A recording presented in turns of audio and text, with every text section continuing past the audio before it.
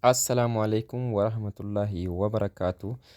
Tole egaa har'aan tana hordoftoonni yuutuubii chaanaalii kanneen hordoftoota chaanaalii barsiisaa herreegaa barsiisaa Jamaal Adam taatanii asuma jalatti egaa har'aan tana barnoota herreegaa kutaa torbaffaa gilgaala jaha tuqaa lamaan qabadhee isiniif dhiyaadhe.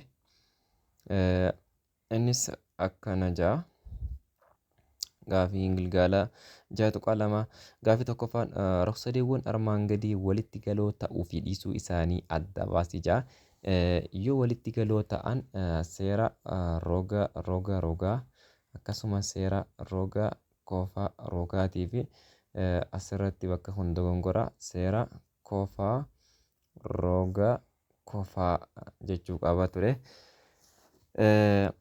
Kana egaa asii isa jalqabaa irratti yoo dhufne aadhaaf kan kennamee jiru yoo ilaalle akka irratti kennamee jirutti aabaan walitti galoo baacaati. Irraa hanga baatti kan jiruu fi baarraa hanga caatti kan jiru walitti galoo ta'uu isaati agarra. Walitti galoo ta'uu isaanii agarra. Akkasumallee koofti aabaadhaan koofti as jiru kunii fi akkasumatti koofti caabaadhaan walitti galoodha jechuudha. Walitti galoodha. Egaa asirraa akka seera mirkanaatti kan nuuf kennamee jiru kennama yoo jennee jechuudha. Kennama jennee kan kenname rogni aabaan walitti galoo roga baacaa jenna. Akkasumallee koofti aabaadhaan walitti galoo koofaa caabaadhaa jenna. Egaa kun kan kenname ta'e kan barbaadamu ammoo rog-sadee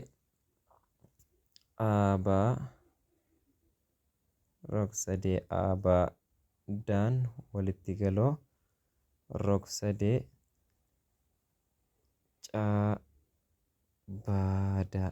caabaadhaa. Asumatti rog-sadeen kun rog-sadee lama waan ta'eef jechuudha. Rog-sadeen kun lamaan walitti galoo ta'uu isaaniiti kan nuti mirkaneessuu qabnuu fi kan nuti barbaaduu qabnu. Egaa asirratti kennama eega jennee booddee kan mirkaneessuu qabnu jennee hima jenna. As dhufnee immoo sababa jenna. Tokkoffaa jennee akka himaatti rogni aabaa walitti galoo roga baacaa jenna. Sababni isaatis kan kennamedha. Lammaffaarra dhufnaa akkasuma koofti aabaadhaan walitti galoo koofaa caabaadhaati. Kunis kan kenname jennaani. Isa itti aanu irratti sadaffaa jennee rogni baadhaan walitti galoo roga baadaati jenna. Inni kunis maali? Roga waliiniiti. Roga waliinii waan ta'eefi isteeppii itti aanu irratti ammoo rog-sadeen afuraffaa irratti jechuudha. Rog-sadeen aabaadhaan walitti galoo rog-sadee caabaadhaati. Kunis ulaagaalee maaliitiin? Roga koofaa rogaatiin jechuudha. Roga koofaa rogaatiin jechuudha. Kanaaf rog-sadeen kun lamaan walitti galoodha. Inni itti aanu gaafii baarra yoo dhufne amma baarratti maal jennaani? Rog-sadeen kun asii rog-sadee rog-sadee aabaa caa yoo jenne rog-sadee aabaa caa yoo jenne rog-sadee aabaa caa fi aabaa caan kana yoo ta'e akkasuma qaaphaan walitti galoodha jechuuf ulaagaaleen kenname yookiin odeeffannoon gahaan hin kennamne jechuudha. Kanaafuu walitti galoo miti jennee bira humnaa jechuudha. Odeeffannoon gahaan waan hin kennaminiif. Ammoo isa caarra jiru yoo fudhanne faagaan walitti galoo haagaati. Kun kan kennamedha. Akkasumallee kofti faagaa'iin walitti galoo caarra kan jiru yoo dalaynu ulaagaalee walitti galummaa isaatis kaa'uu dandeenya jechuudha. Asirraa amma rogni roga faagaan walitti galoo roga haagaati. Kunis kan kenname jechuu ni dandeenya. Akkasumallee kofti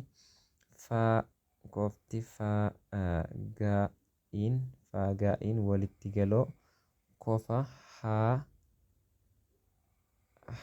haagaa'iiti. Kunis kan kennamedha jechuudha.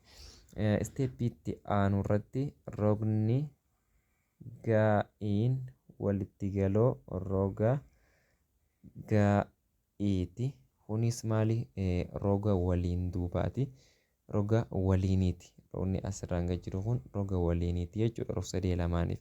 Kanaaf rog-sadee lamaan walitti galoodha jechuudha. Ulaagaalee maaliitiin walitti galoodha yoo jenne ulaagaalee roga kofa rogaatiin rog-sadee lamaan kun walitti galoodha. Rog-sadeen kanneen rog-sadee faagaa'iin walitti galoo rog-sadee haagaa'iidha wajjin walitti galoodha jechuudha. Ulaagaalee roga kofa rogaatiin walitti galoodha jechuudha. Inni kunis inni itti aanu isa daarra jiru bira yoo dhufne ammallee daarra inni jiru asirrattis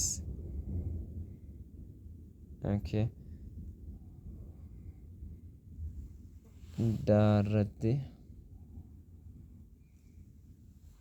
rog-sadee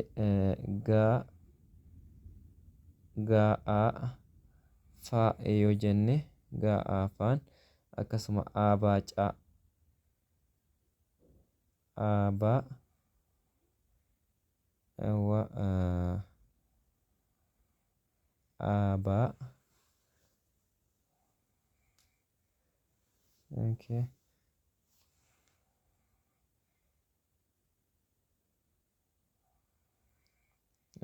asirratti sammaan tana kun walitti galummaan isaanii infoormeeshinii yookiin odeeffannoon gahaan ta'e hin kennamne jechuudha.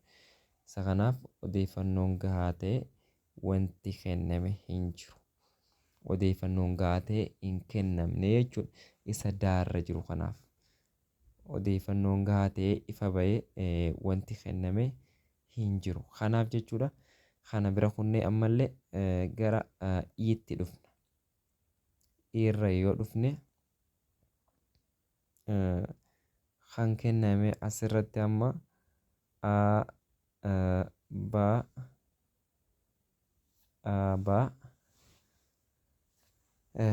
amma asirrattis kofti lama kennamee jira. Kan kenname kofti lamaatu kennamee jira. Kofti as lamaan cinaa kan jiru walitti galoodha. Asittis kofti lamaan kun walitti galoodha. Roonni isaan kanaa jidduu jiru malee walitti galoo. Kanaaf kun walitti galummaan isaanii ulaagaalee kofa roga kofa jedhuun walitti galoodha jechuudha. Irra inni jiru irra jiru inni faarra jiru bira yoo dhufne ammallee isa faarra jiru bira yoo dhufne afaan kun infoormeeshinii kenname ni jira faarratti jechuudha. Roonni kunii fi kun walitti galoodha. Ammallee inni kunii fi inni kun walitti galoo eegatee roonni isaanii waliin qaban kunis walitti galoo. Kanaaf inni kun rog-sadeen kun lamaan walitti galoodha jechuudha. Rog-sadee naa oo paan walitti galoo rog-sadee naa qaa maaliin ulaagaalee rogaatiin walitti galoodha jechuudha. Rog-sadeen kun lamaan walitti galoodha jechuudha. Tole inni itti aanu ammallee gaaffii gaadha. Gaarra kan jirus akkasuma ijaan laallee kan deebifnu rogni inni kanaatii fi rogni inni kanaa asirratti kun tokko mallattoo wal fakkaatu kun si'a lama kunis asii si'a lama asirraan si'a sadii isa kanarraanis si'a sadii.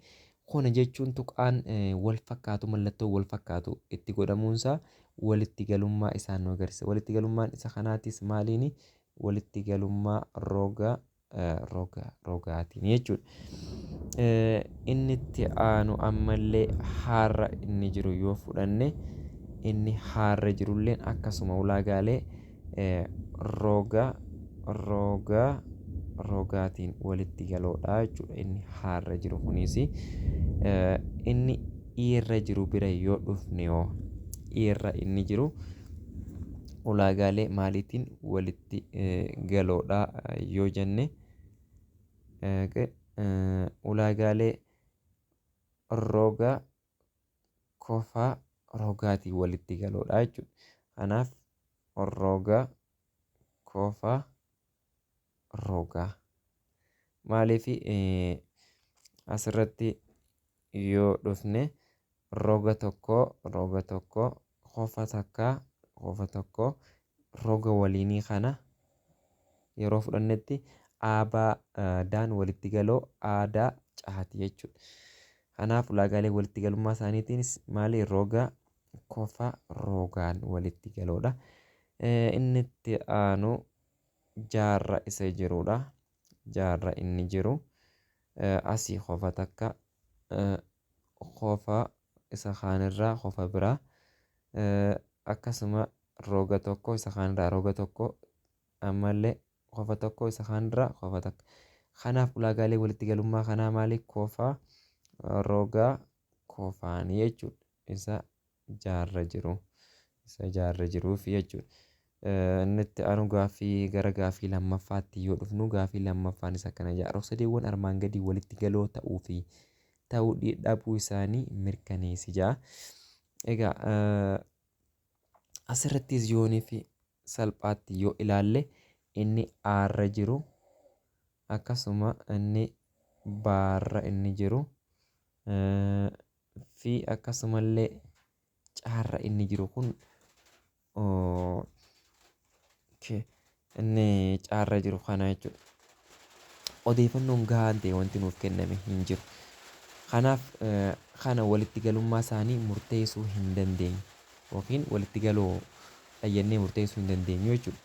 Maaliif odeeffannoon gahaan nuuf hin kennamne waan ta'eef. Amma fakkeenyaaf daarra isa jiru yoo fudhannee ilaalle daarra inni jiru roonni inni tokko asirraa isa tokko kanaa wajjin walitti galoodha. Inni lammaffaa asirra jiru isa lammaffaa asirra jiru wajjin walitti galoodha. Yeroo kana inni gidduu roga waliitiin waan ta'eef ulaagaalee rogaa hajuu kana guutee jira jechuudha. Rogaa kana guutee jira jechuudha. Ammallee dhufne jechuudha. Isa kanarratti yoo dhufne roga tokkoo kanaati wajjin walitti galoodha. Kofti tokkoo kanarraa isa tokkoo kanarraati wajjin walitti galoodha. Roonni inni kun ammoo roga waliiniiti waan ta'eef asirraa ulaagaalee roga kofaa rogaatiin walitti galoo ta'a jechuudha. Ulaagaalee kanaan walitti galoo ta'a. Kanaaf kun asirratti yoo gabaabsinu kana fakkaata. Barnoonni keenya har'aan tanaa asuma irratti kan goolabnu ta'a. Egaa warreen chaanaalii kanaaf maatii taatan laayikii sheer godhuudhaan hiriyoota keessan biraan ga'uun adaraa isiniif dhaama. Isinillee ofii keessaniifillee daawwadhaa barnoota irraa argadhaa. Akkasuma warreen ammoo saabskraayib hin godhin saabskraayib godhaa hadaraa keessanii. Maatii naaf ta'ee atilleen jalatti barreessi koomentii jalatti warreen ammoo akkaataatti gartee chaanaalii yuutuubii mataa keessanii akkaataa itti banattan hin beekne kanneen gartee saabskraayib yeroo ati godhuudhaaf jettu saayin in jedhee si gaafatu akkaataatti saayin in gootee iimeelii kee bantee yuutuubii mataa keetii itti banachuu dandeessu. Koomentii jalatti yoo naaf kan barreessu taate yookiin toora bilbilaa lakkoofsa duwwaa 921 duwwaa 9 ja'uun yoo naaf bilbilte akkaataa isaa karaarras kan kaa'u viidiyoo siifin qopheessa. Kanaaf bilbila kanaan bilbiltee na argachuu ni dandeessa. Har'aaf asumarra dhaabbannaa nagaan turaa nagaan naaf jiraadhaa galata.